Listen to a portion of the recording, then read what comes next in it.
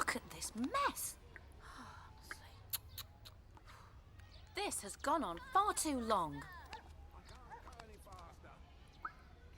Faster, faster! This is fun! Hold tight. Yeah, faster! Oh, I'm going as fast as I can. Oh, come on! Uncle Arthur! Shouldn't you be looking for somewhere to live? Are you moving out? Yes, I'm afraid so.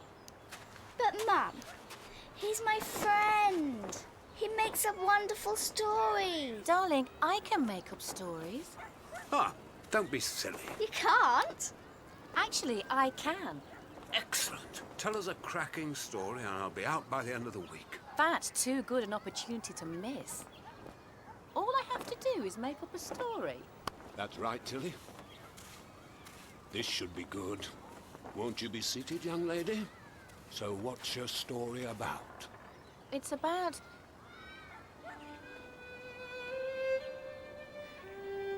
It's about a gardener. And his name was Liam. Was he distinguished? No, he was poor. And he thought only of his plants. Why?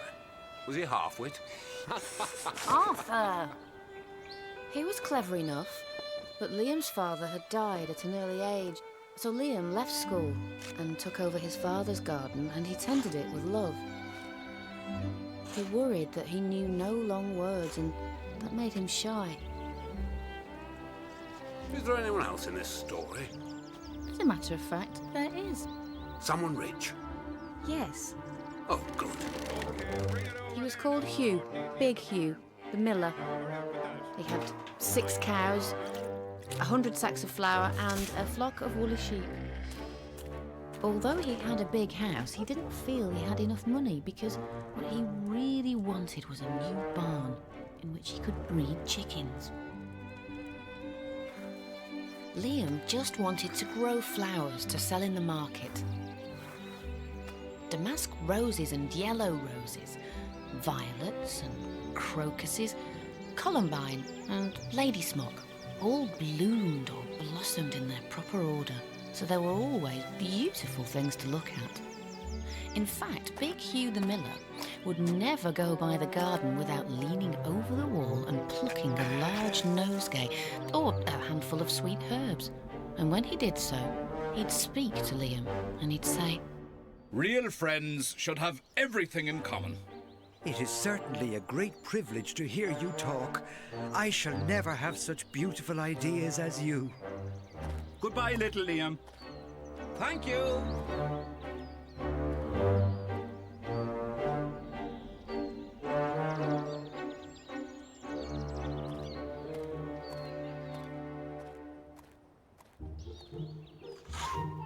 During the spring, the summer and the autumn, Liam was very happy. But when the winter came, he was extremely lonely.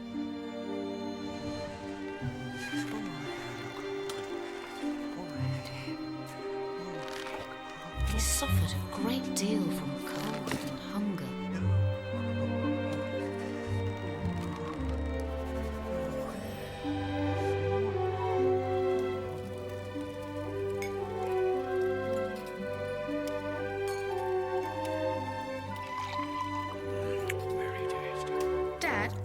We go and visit Liam.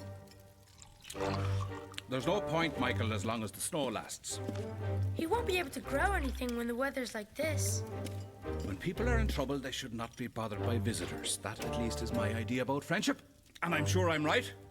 I'll wait till the spring, and then I'll pay him a visit, and he'll be able to give me a large basket of primroses, and that will make him happy. You are certainly very thoughtful about others, and it's such a treat to hear you talk. I'm sure the clergyman himself could not say such beautiful things. So he said he'd do me a favour. Could we not ask Liam up here? I could give him half my porridge, and I could show him my white rabbits. What a silly boy you are. I really don't know why I send you to school. Envy is a most terrible thing. If little Liam came up here and saw our warm fire and our great cask of red wine, he might get envious, and that would spoil anyone's nature. And I do believe this most strongly. No, I cannot allow Liam's nature to be spoiled. I am his best friend.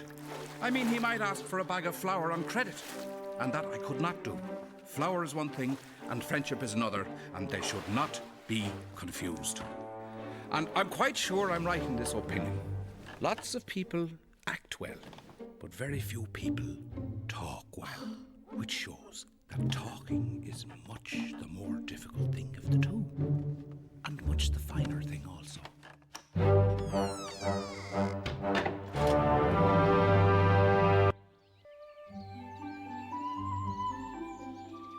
As soon as the winter was over and the primroses began to open their pale yellow stars, the miller said he would go down and see Liam. I'll be off then. What a kind heart you have.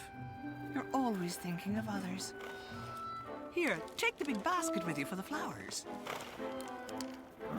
Go on, giddy up.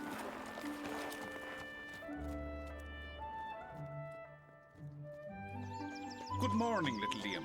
Good morning. And how have you been all winter? I'm afraid I had rather a hard time of it, but now the spring has come, I'm quite happy, and all my flowers are doing very well. We often talked of you during the winter. That was kind of you. I was half afraid you had forgotten me. I'm surprised at you. Friendship never forgets. That is the wonderful thing about it. How lovely your primroses are looking, by the by. They're certainly very lovely. I'm going to take them to the market today and sell them. I want to buy back my wheelbarrow. You don't mean to say you've sold your wheelbarrow? What a very stupid thing to do. The winter was a very bad time and I had no money at all to buy bread. So I first sold the silver buttons off my Sunday coat, and then I sold my silver chain, and last I sold my wheelbarrow. But now I'm going to buy them all back again. Liam, I will give you my wheelbarrow. It is not in very good repair. Indeed, one side is gone. But in spite of that, I will give it to you. Generosity is the essence of friendship. And besides, I have already acquired a new wheelbarrow for myself. Well, really, that is very generous of you. I can easily repair it, as I have a plank of wood. Well, that's just what I need for the roof of my shed. There's a very large hole in it, and the corn will get damp if I don't stop it up. And if I have another harvest like last year, then I'll never be able to build that new barn. And now, as I have given you my wheelbarrow, I'm sure you would like to give me some flowers in return. Oh. I don't think it's much to ask for a few flowers. I may be wrong, but I should have thought that friendship was free from selfishness of any kind. My dear friend, my best friend, you are welcome to all the flowers in my garden. I would much sooner have your good opinion than my silver buttons. Goodbye, little Liam. Thank you. Goodbye.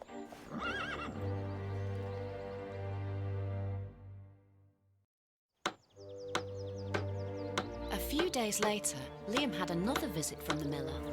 Good day to you, Liam. Would you mind carrying this sack of flour to the market for me? Oh, I'm so sorry, but I am very busy today. I have to tend my creepers, water my flowers, and cut my grass. Well, really, I think that considering I'm going to give you my wheelbarrow, it is rather unfriendly of you to refuse. Oh, don't say that. I wouldn't be unfriendly for the whole world.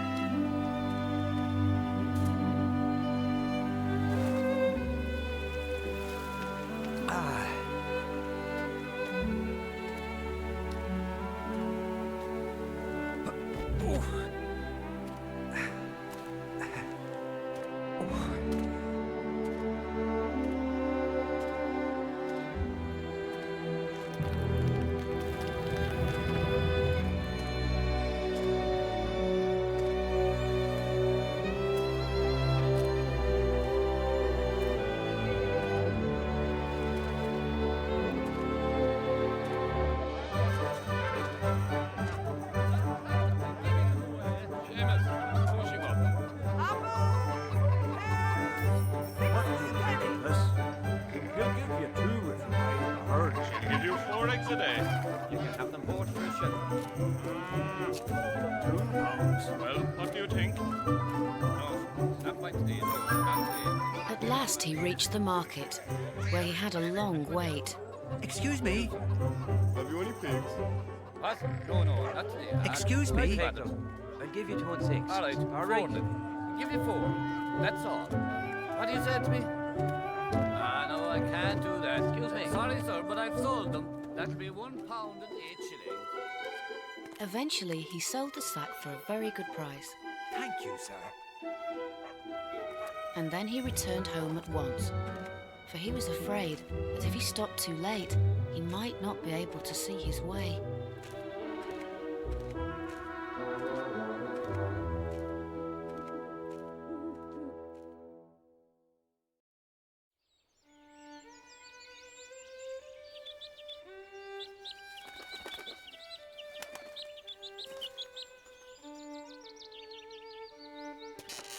Oh, Morning! I think you might work harder, for idleness is a great sin. oh. You mustn't mind me speaking plainly to you. A true friend always says unpleasant things, for he knows then that he is doing good. I'm very sorry. I was so tired, I thought I'd lie in bed for a little time and listen to the birds singing. You know, I always work better after hearing the birds. Well, I'm glad of that, because I want you to come up to the mill to mend the roof of my shed. My flowers have not been watered for 2 days and they're starting to die. Do you think it would be unfriendly of me if I said I was busy? Well, really, I don't think it's much to ask of you, considering I am going to give you my wheelbarrow. But of course, if you refuse, I'll do it myself. Oh, no. You've got more important things to do. And anyway, I like going up on roofs, seeing the view.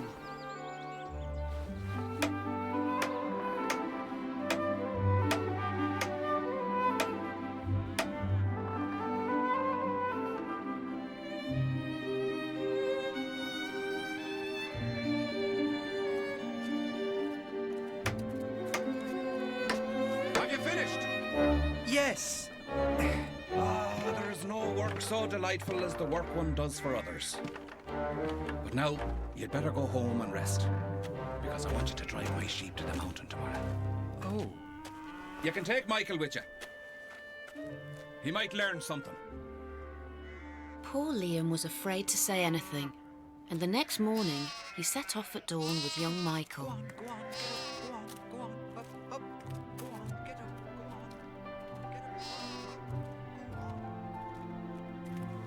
on. At the top, Liam showed Michael 8 kinds of trees. Beautiful. Planting this in early spring will give it a better chance of rooting in the cold winter months. And Michael told Liam fairy stories about princes who turned into frogs. There lived a wizard, and he lived in a big castle on top of a hill. When he returned, Liam was so tired he went to sleep in his chair. He slept fitfully, thinking of all the things he'd do in his garden the next day. Good morning, Liam. But somehow he was never able to look after his flowers, because his friend the miller was always coming round and sending him on long errands or getting him to help at the mill. So if you could go straight up there. Liam was very distressed at times. He was afraid his flowers would think he had forgotten them.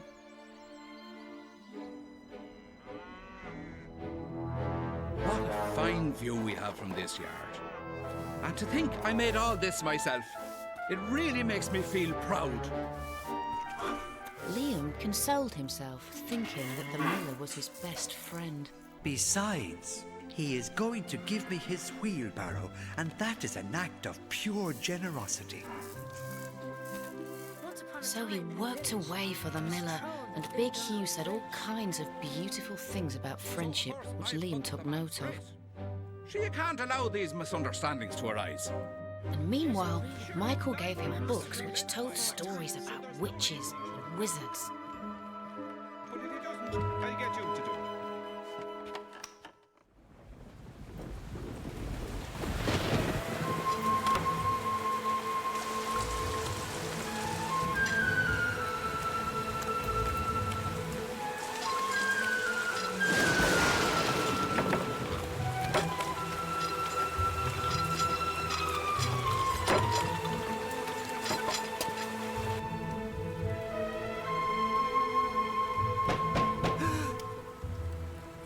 Hello?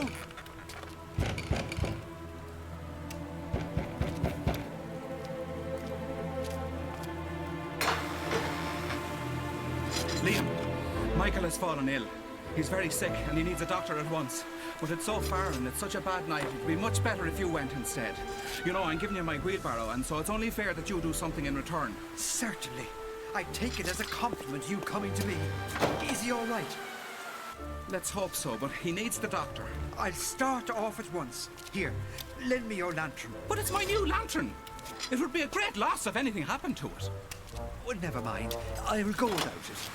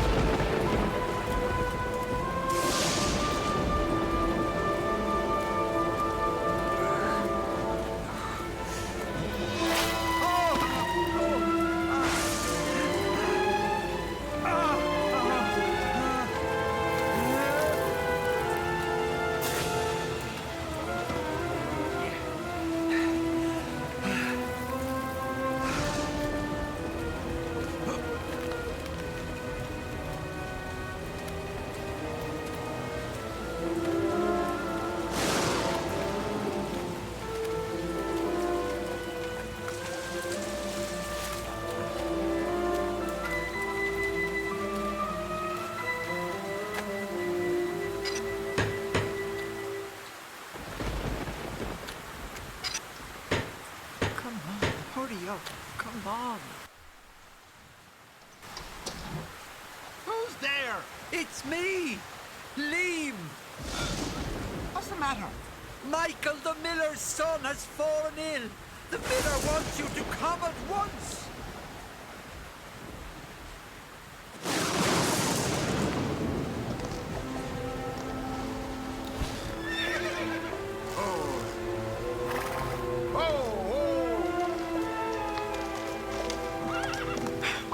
Isn't the miller right here himself? Easy, boy, easy! I don't know. Selfish fool. He's not. He's giving me his wheelbarrow. Ha, is he indeed? Well, I'd better hurry. Look, will you be all right? Yes. You look exhausted. How are you going to dig your garden if you never sleep? The garden doesn't really matter. Please hurry. I'd hate anything to happen to that boy. You're a good man, Liam. Oh! 1 in a million. Here.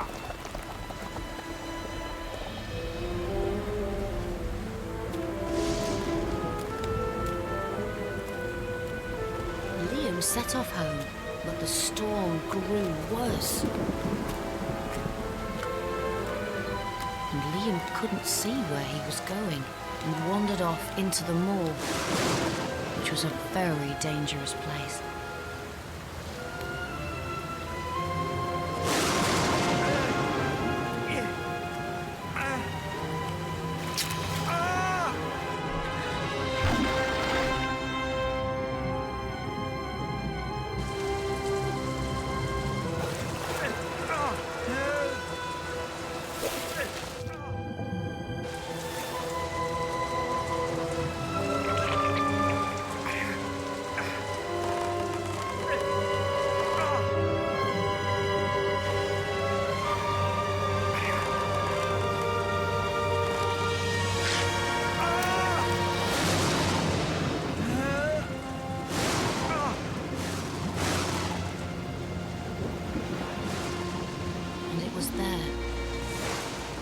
Liam was drowned.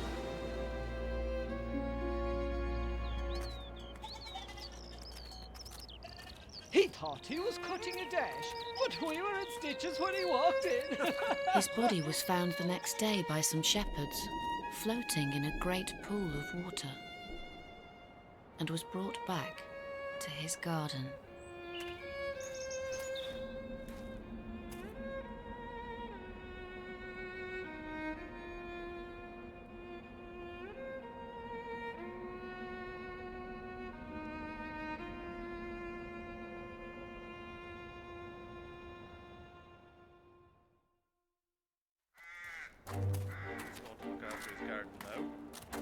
Liam is certainly a great loss to everyone. A great loss to me, at any rate. I had as good as given him my wheelbarrow, and now I really don't know what to do with it. One certainly suffers for being so generous.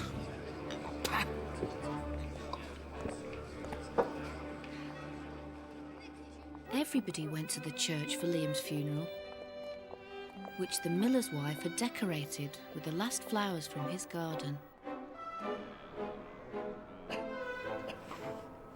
Don't cry, Michael, please. Make a show of yourself. The miller was the chief mourner. As I was his best friend, it's only fair that I should have the best place. But Tilly, you don't think that I'm like the miller? Well, sometimes you are. You never do anything to help, and I'm always cleaning up after you. You've had 6 months to find somewhere else to live. You haven't even been looking. Tilly, wait. Hang on a minute. Give me another chance. I'll do anything to stay. I promise, from now on, I'll start helping around the house. Oh, Mum, let him stay. I don't really want to move out. I enjoy living here. You're my best friends. You're not my best friend. Aren't I? No, but you're in my top 5. You're not my best friend either, but I suppose I'm stuck with you. Well, I thought you were devoted to me. By the way, I like your story. I would have done it better, of course, but I'll give you a 6 out of 10. Don't get me! Get Ruth! No, not me! Yes! Come on, Tilly! After her! Come on! Throw this up.